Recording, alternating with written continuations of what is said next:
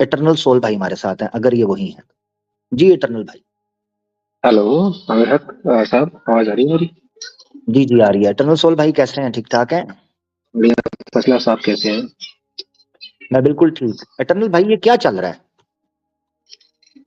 नहीं नहीं, आज तो आपने भाई मेरे उस पे हिंदुइज्म पे सवाल उठाए, तो मैं तो आपको उसका आंसर दूंगा जो भी समझ में आता है। तो जी जी जी। मैं ये सीधा मुझे सीधा बताएं, पॉइंट पर। ये मेरा प्रश्न ये है, राम लल्ला जी हाँ जी। की, श्री राम जी की हाँ जी। मूर्ति स्थापित की गई मंदिर में, बधाइयां हो, वेरी हाँ। गुड। मगर ये बोध कहाँ हाँ से जी। आ गया? बुद्ध को विष्णु का अवतार बोलते हैं। तो जी जी। विष्णु का शायद 9वां या 10वां अवतार है। तो इसलिए उनकी भी पूजा की जाती है। Basically Hinduism is a philosophy जिसमें कि जब भी कोई एक गॉड का कोई कंसेप्ट देने के लिए आया है ना, जैसे बुद्ध भी आए थे और भी बहुत सारे लोग आए। सो अरे एक मिनट मोस्टली एक मिनट एक मिनट एक मिनट, बोध जी गॉड का कॉन्सेप्ट देने आए थे? मोक्ष का कॉन्सेप्ट था ना उनका कि आप नहीं नहीं, गृहस्थी में आपने जाइए गॉड ना। का, आपने गॉड का है पहले। गॉड गॉड मीन्स, अब देखो गॉड की डेफिनेशन तो फिर सबकी अलग अलग है ना। आप नहीं जैसे नहीं, कि गॉड गौतम बुद्ध से उन्होंने, पूछोगे। हाँ। नहीं नहीं, मैं गौतम आपसे बुद्ध से जानना जब चाह रहा हूँ। पूछोगे, जी गौतम जी। बुद्ध से, मैं बता रहा हूँ, गौतम बुद्ध से जब पूछा गया क्या गॉड एग्जिस्ट करता है, तो एक दिन उन्होंने बोला हाँ और एक दिन उन्होंने बोला नहीं। उन्होंने कहा कि गॉड का existence does not matter, what matters is कि आपको यहाँ से मोक्ष लेके एक जो सुप्रीम एनर्जी है उसमें मिलना है, बस दैट्स व्हाट मोक्ष is all, that's what Buddha is all about. तो उन्होंने कोई नहीं, हाँ उन्होंने ना कुछ नहीं कहा। उन्होंने हाँ ना जी। कहा कि है, ना कहा कि नहीं है। ठीक है। हाँ जी। यस। यस। अच्छा। वो मगर ये है कि, मोक्ष के कंसेप्ट। हाँ, हाँ। मगर ये है कि मोक्ष कैसे प्राप्त होगा, ये तो वेद मोक्ष बताएंगे। में नहीं नहीं, वेद क्यों बताएंगे? ये वेद अरे में सर लिखा है। मैं वही बता रहा हूँ। देखिए, वेद में लिखा है। हिंदू का जो हिंदू नहीं, वेद में जो लिखा है वो लिखा है, लेकिन जो कृष्णा है, कृष्णा का अगर आपने भगवत गीता पढ़ी हो, उसमें भी एक बार कृष्णा को बोला गया कि आप वेदों को, कहता है वेदों को छोड़ो, यही सार जो मैं दे रहा हूँ गीता का सार सबसे बड़ा सार है आपके लिए।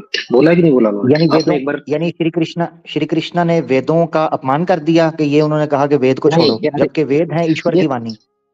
वेद is a basic way to reach to the God. आपको सबसे सिंपल जी, तरीके से अगर भगवान के पहुंचना है तो वेद फॉलो करो, शादी करो, ये करो, एग्जैक्टली, गृहस्थी। एग्जैक्टली। लेकिन अगर आपको ये तो मल्टीपल आप जन्म लेते रहेंगे, मरते रहेंगे, फॉलो करते रहेंगे, पहुंचेंगे कब जाके भगवान के पास। इन्होंने सीधा मगर सीधा ये है कि उपाय बताया जैसे। अगर वेद ने जो नास्तिक हैं उनको नकारा है। उसने कहा कि नास्तिक जो लोग हैं वो राक्षस होते हैं। ये देखें, यजुर्वेद 40 का 3 है, वो ही मनुष्य, हाँ। असुर, दैत्य, राक्षस तथा पिशाच आदि हैं, जो आत्मा में और जानते, वाणी से और बोलते, और करते कुछ और ही हैं।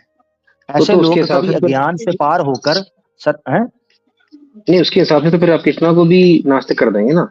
देखिए बात को मैं नहीं समझिए। कर रहा, मैं नहीं कर रहा, मैं नहीं कर मेरी रहा। बात सुनिए।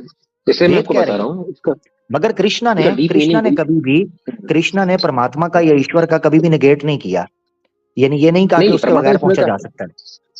नहीं नहीं, परमात्मा ईश्वर नहीं, उन्होंने वेदों की कोई बात नहीं करी। कृष्णा ने कहा कि आपको वेदों, वेदों मैं की हूँ इसलिए बात परम नहीं ब्रह्म। की। जी जी। कृष्णा ने इसलिए वेदों उन्होंने की बात नहीं की होगी क्योंकि मैं उनसे पॉजिटिव और ऑप्टिमिस्टिक अप्रोच रखता हूँ श्री कृष्णा के बारे में। श्री कृष्णा अपने समय के लिए आए थे, द्वापर युग के लिए। उस समय पर श्री करेक्ट। कृष्णा ने भगवत गीता की वाणी की। उस समय के लिए हाँ। भगवत गीता बड़ी उत्तम थी। श्री राम जी आए नहीं तो श्री राम जी ने नहीं, अपनी देखो वाणी रखी। देखिए, सतयुग से कृष्णा ने वेद कभी चले आ रहे थे। नहीं नहीं, कृष्णा ने कभी ये नहीं कहा कि वेद फॉलो ही मत करो। कृष्णा ने कहा वेद, जो लोगों को समझ नहीं है, जो लोग थोड़ा नीचे लेवल पे हैं अभी, वो वेद फॉलो करो। लेकिन अगर आपको डायरेक्ट चाहिए तो ये लो भगवत गीता। ये चक्कर है।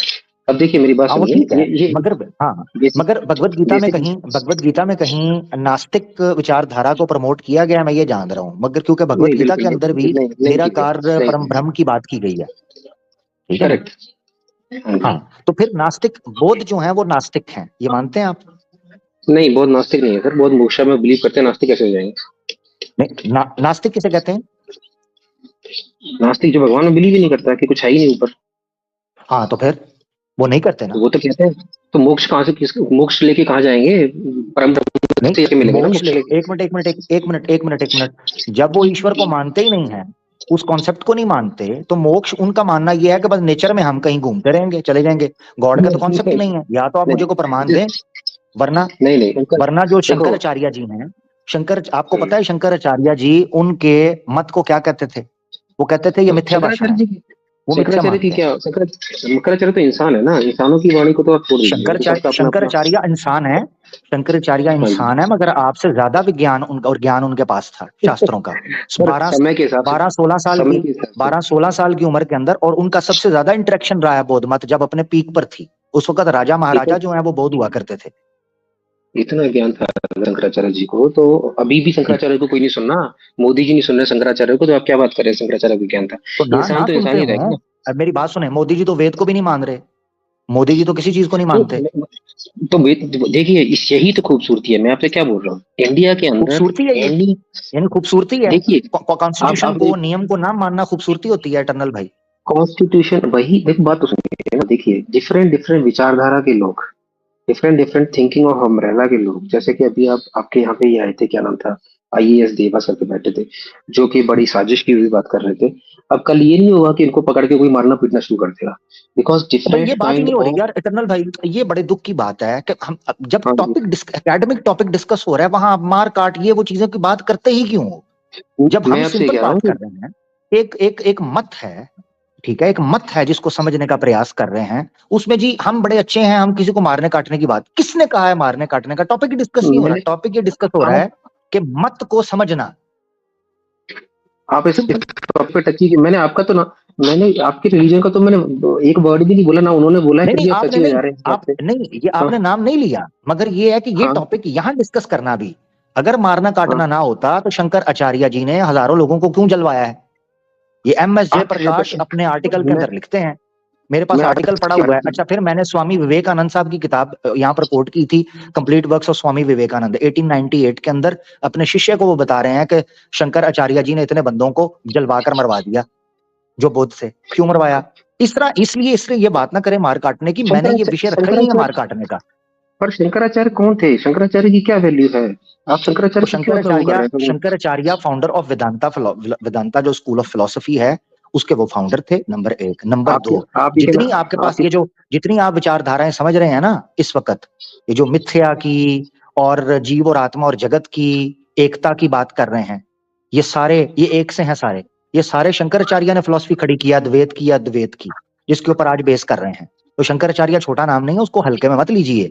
आज यही मसला तो है सनातनी दोस्तों के साथ कि वेद को भी खाते में नहीं समझते, भगवत गीता को भी उछाल देते हैं, पुराणास को भी साइड पर रख देते हैं, और अपने ऋषियों को भी साइड पर रखकर कहते हैं हम हैं सनातन धर्म। भाई सनातन धर्म मिला ही उनसे है, वो ना होते तो आज आप सनातनी कैसे होते? देखिए, एक बात बताइए मेरी, विवेकानंद को लोग फॉलो करते ही नहीं करते इंडिया में, विवेकानंद को लोग मानते हैं ना, पूरा इंडिया मानता है विवेकानंद को, विवेकानंद को, विवेकानंद हाँ बिल्कुल, मानते हैं। हाँ विवेकानंद को मानता जी।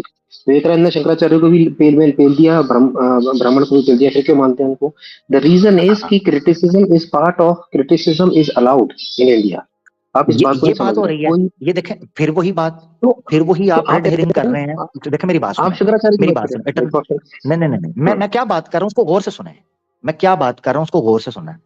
क्रिटिसिज्म अलाउड होना एक अलग चीज है, हम्म, और ओरिजिनली नियम का वहां पर मौजूद होना, सत्य वहां पर मौजूद, एक और चीज है।